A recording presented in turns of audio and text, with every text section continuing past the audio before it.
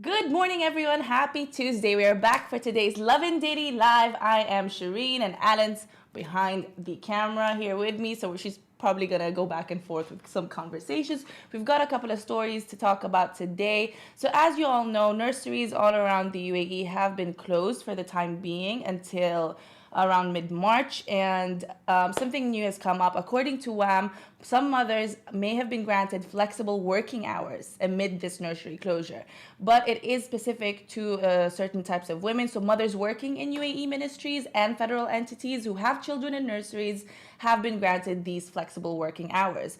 This move was announced by the Federal Authority for Government Human Resources, the FAHR, to allow parents to take care of their children attending nurseries, which have been suspended for precautionary considerations, obviously due to the COVID-19 concerns. So mothers can actually arrive 2 hours late or leave 2 hours prior the finishing time of these nurseries. And so if you have flexible working hours, they can now, continue to take care of their children in the time being, since they won't really be able to be in the nurseries until they are reopened.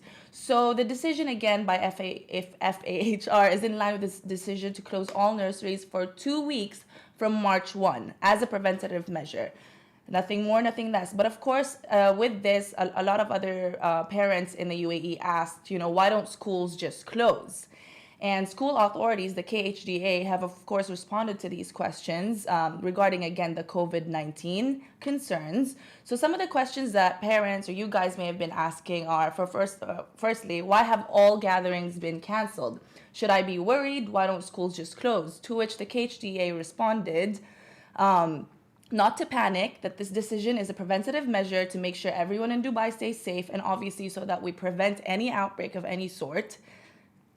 So that's what it's here for. And for the question, why don't schools just close? They said, while we're doing everything we can to prevent the risk of spreading infection and keep our children safe, we also want to make sure that their education is disrupted as little as possible. So if student safety is deemed to be at risk, we will protect it every way we can. Love that for you, KHDA. Love that for you.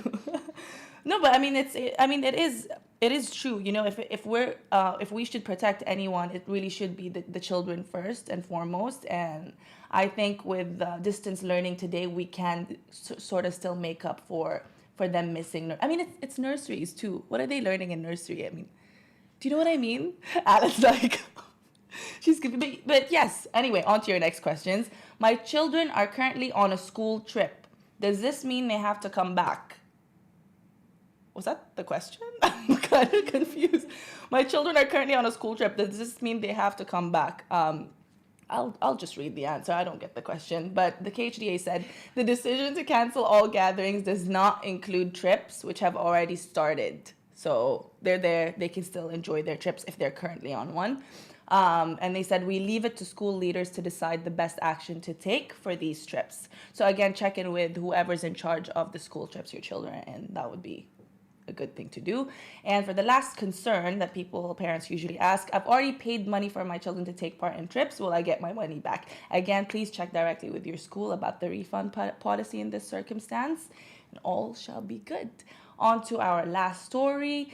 This one's a really great one. Again, the Dubai police proving how their level of tolerance is. The year of tolerance may be over, but Dubai police is really showing a lot of consistency with how they've been towards certain situations, because a Dubai inmate who's actually serving life for murder was surprised with a family reunion.